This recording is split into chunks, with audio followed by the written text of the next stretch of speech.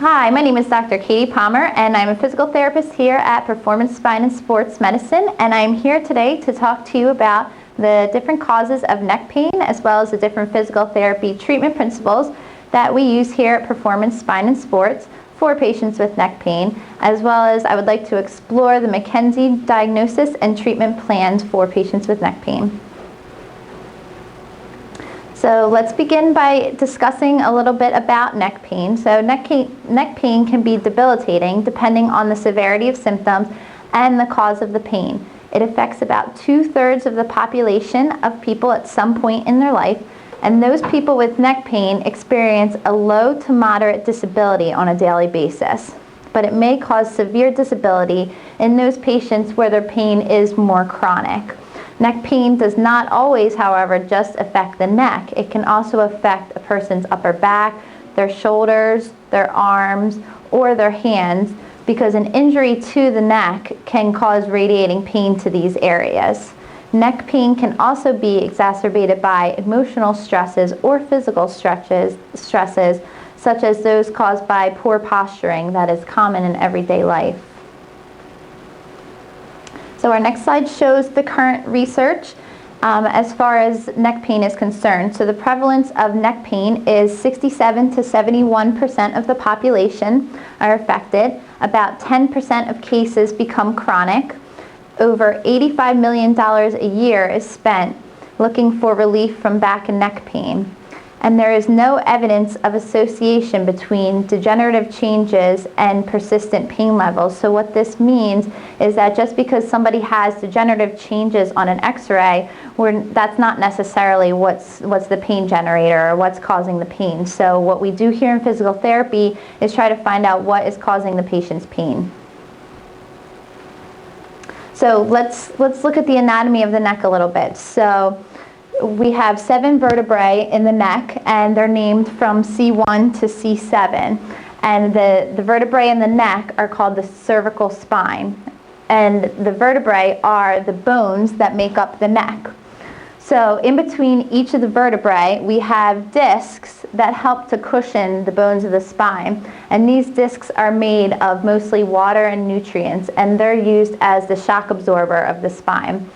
The bones of the spine and the discs help to protect us from the everyday stresses of life and help to cushion and protect the spinal cord as well.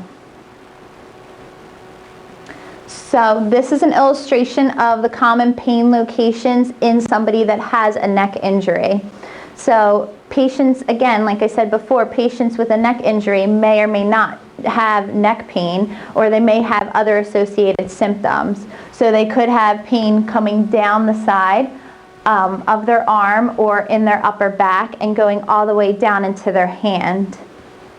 So just because a patient is having pain in their shoulder or pain in their hand doesn't necessarily mean that their pain is coming from that area. It could be coming from the neck. So sometimes patients are confused when they're being treated. They're having pain in their shoulder or their hand, and they're having exercises done for their neck.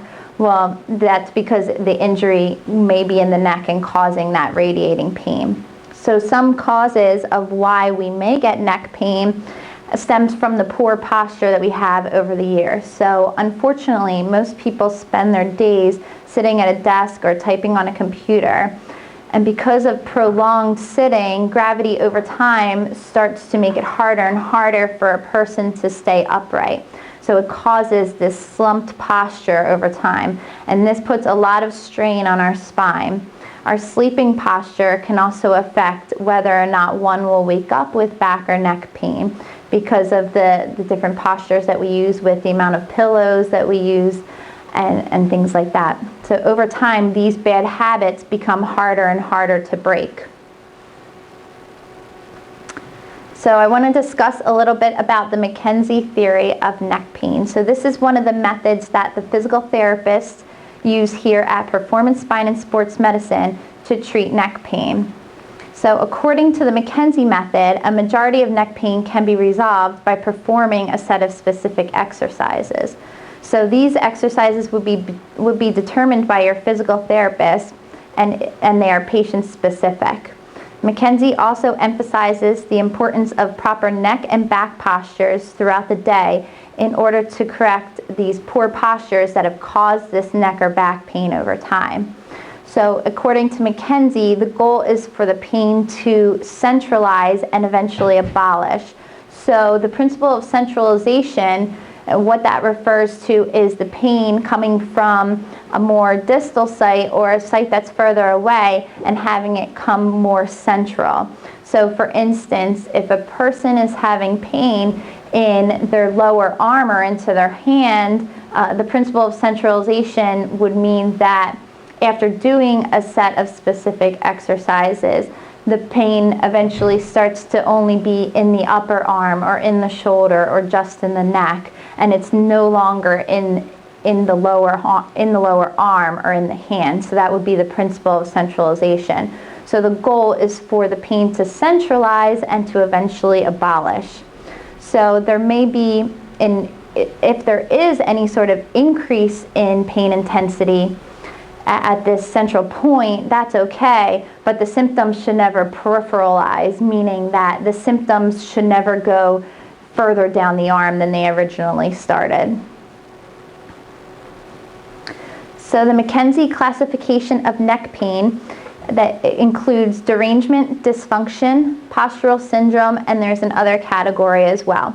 So most patients with neck pain are mechanical neck pain patients, and what that means is that a person is able to change their pain according to the positions that they're in and according to doing different specific exercises. So most of the patients, according to McKenzie, fall into a derangement category. And a derangement is better known to people as a herniated or a bulging disc. So most disc issues are able to be resolved with a set of specific exercises as well as posture modifications. So since most people fall into the derangement category, I want to describe a little bit more about what a derangement is. So a derangement describes any kind of internal disruption going on within the joint tissue or within the discs of the spine.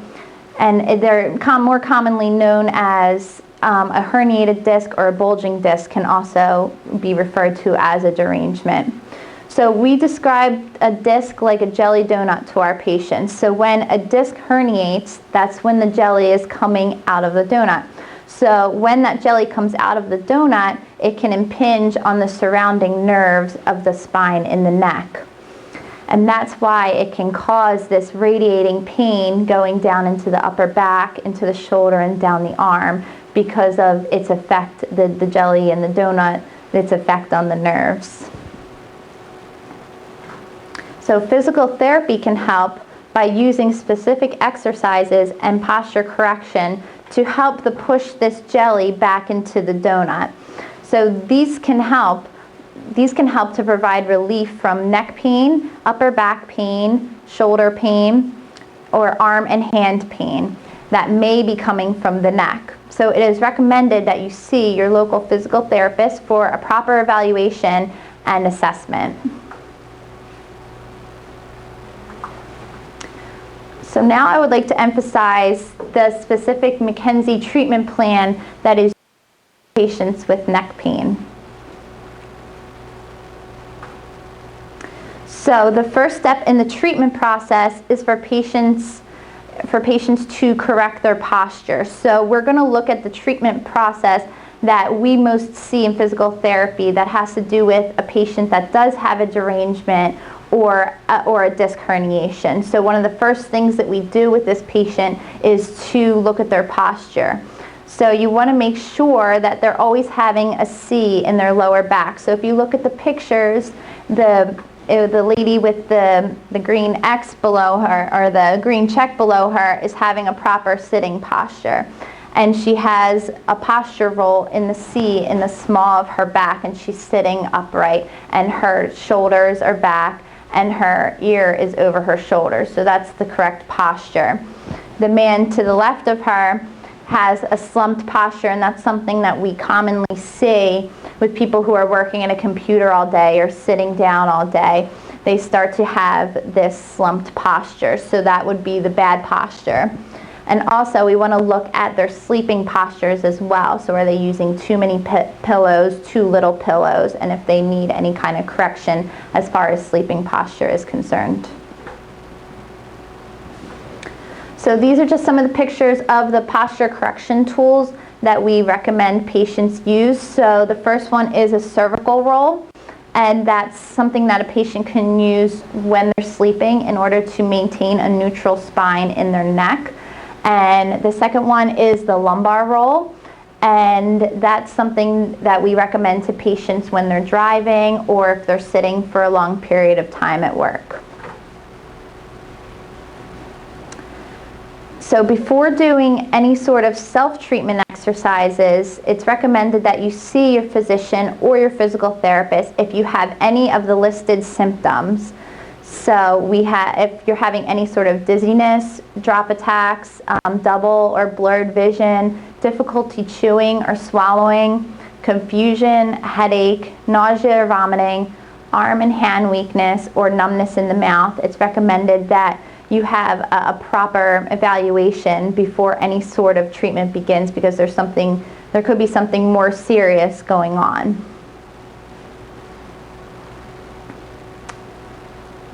So first, these next slides show the exercise progression for somebody with a posterior derangement. So like I said before, most patients that come in, they're classified as a derangement according to McKenzie.